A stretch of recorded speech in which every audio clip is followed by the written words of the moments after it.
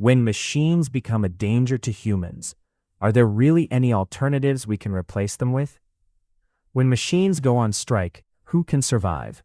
It is quite apparent how humanity has become so dependent on these objects of plastic and steel, called machines, yet they continue to overlook the power and control they have gained over them for the past short time. It's after they go on strike that we really come to realize what surrounds our lives. We are surrounded by friends and faithful servants who can become foes just overnight.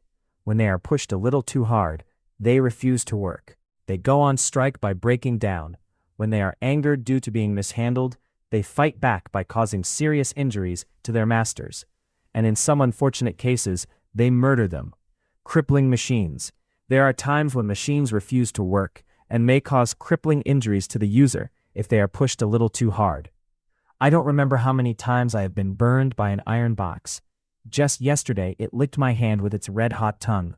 It left me with huge burns on my palm. I was looking away when it did this evil to me and was not in a position to stop it.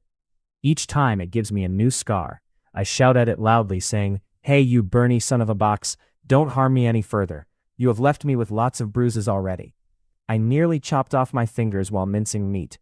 The machine sucked in my hands and was about to cut off the tips of my fingers when I suddenly noticed this and stopped the hungry thing from roaring and chewing.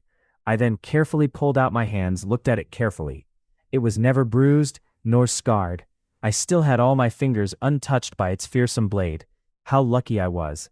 I got to realize at that moment. When machines go on strike, who can survive? Who is courageous and strong enough to lift a sword to cut a metal foe? When machines go on strike, first they break down. If recuperated and asked to continue working, they attack their masters by causing them serious injuries. If they feel their issues are not properly addressed and angered further, they murder their masters. We cannot count the number of people who are murdered by machines on a daily basis. It is better for humans to be killed by other humans than to get murdered by machines needlessly. A time will come when the people who are killed by machines will be many times more than those who are killed by their fellow human beings. The tireless efforts of the forensic experts and well-respected criminal investigators is no match for the machines of mayhem. The evil they secretly plan is highly unpredictable. They are unstoppable. They will act unreasonably. You cannot tell what they can do next.